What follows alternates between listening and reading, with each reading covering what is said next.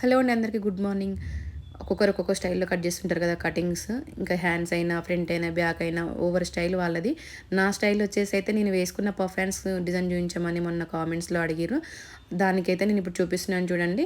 నేనైతే వేసుకున్న పఫ్ హ్యాండ్స్‌కైతే నేనైతే ఇలా కటింగ్ చేస్తాను. నేను కస్టమర్లు అయినా, నా బ్లౌజులైనా నేను చాలా వరకైతే నేను ఎక్కువ మెజర్‌మెంట్స్ అయితే చూసుకుంటే ఏం కట్ చేయను. లెంగ్త్‌లో ఒకటి పర్ఫెక్ట్ చూసుకుంటా. ఇంకా ఫ్రీ హ్యాండ్ తోటి నేను మార్కింగ్ అయితే చేస్తుంటాను.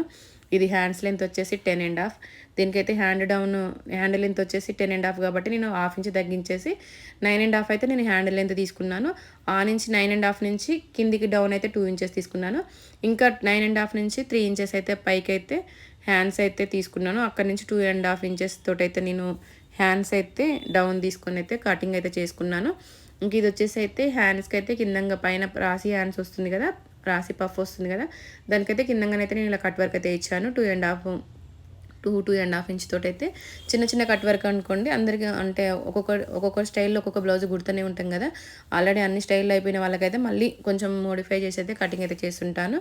ఇంకా ఇట్లా మనం 3 ఇంచెస్ అయితే లెంత్ పైకి తీసుకున్నాం కాబట్టి అటు 3 ఇంచెస్ ఇటు 3 ఇంచెస్ మార్కింగ్ చేసుకొని అయితే ఫ్రిల్స్ అయితే పెట్టుకుంటూ రావాలి. కరెక్ట్ వచ్చేస్తది. ఎట్లా మనం 3 ఇంచెస్ అయితే మనం ఎక్కువ పైకి తీసుకున్నాం కాబట్టి 3 ఇంచెసే పెట్టుకోవాలి పఫ్. ఎక్కువ పెట్టుకుంటే మళ్ళీ ఇప్పుకోవాల్సి వస్తది. తక్కువ పెట్టుకుంటే మళ్ళీ ఇంకొక ఫ్రిల్ పెట్టుకొని అడ్జస్ట్ చేసుకోవాల్సి వస్తది. ఇంకా నేను కట్ వర్క్ పల్టాయించుకుంటున్నాను కాబట్టి సెంటర్కి అయితే కచకాయించుకున్నాను.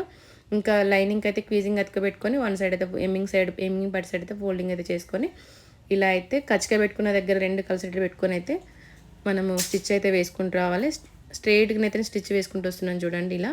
ఎందుకంటే ఫస్టే మనం స్కాలప్ పల్టాయించినాం అనుకోండి అటు ఇటు అవుతుంటది. ఇంకా అలా కాకుండానైతే ఫస్టే మనం అలా కుట్టేసుకొని ఇలా మనం కట్ వర్క్ అయితే తిప్పుకుంటూ వచ్చినాం అనుకోండి ఈజీ. ఈ పెద్ద మిషన్‌కైతే అడ్జస్ట్ చేసుకోవడానికి పాదం పైకి లేపుకోవడానికి అయితే మోకాళ్ళ దగ్గర ఉంటది మనకి. ఇంకా చిన్న మిషన్ అనుకోండి మనము బ్యాక్ నుంచి పాదం ఫుట్టర్ లేపుకుంటూనైతే వేసుకుంటూ రావాలి. ఇంకా పెద్ద మిషన్ అనుకోండి కొంచెం ఈజీ అయిపోతే, చిన్న మిషన్ వాళ్ళకైతే కొంచెం ఇబ్బంది అవుతుంటది. కానీ టైమింగ్ అయితే సేమ్ పడుతుంటది. కొంచెం 5-10 నిమిషాలు అటు ఇటు తోటి ఇలా అయితే నేను కటింగ్స్ అయితే మొత్తం చేసుకున్నాను. ఇంక ఇవి మొత్తం ఇలా కచకలు అయితే ఇచ్చేసుకోవాలి. కొంచెం దారం తెగకుండా చూసుకొని అయితే ఇట్లా కటింగ్స్ అయితే ఇచ్చుకోవాలి. కటింగ్ ఇచ్చేసి ఇంకా నీట్‌గా ఒక దగ్గరికి అయితే కట్ చేసుకొని, అంటే దారం దగ్గరికి అయితే క్లాత్ అంతా కట్ చేసేసుకొని ఇంకా పల్టాయించుకోవడమే. నెక్కుకైనా సరే, ఫ్రంట్ అండ్ బ్యాక్ ఎక్కడ వచ్చినా సరే ఇదే ఉంటది కటింగ్ అయితే ఇలానైతే చేసేసుకోవాలి. దీనికొచ్చేసి అయితే ఇంకా అది ఎమ్మింగ్ వచ్చేస్తది. చూసిర్రు కదా, ఒకటే కటింగ్‌ల హ్యాండ్స్‌కి కిందంగా కరువు, పైన పఫ్ హ్యాండ్స్.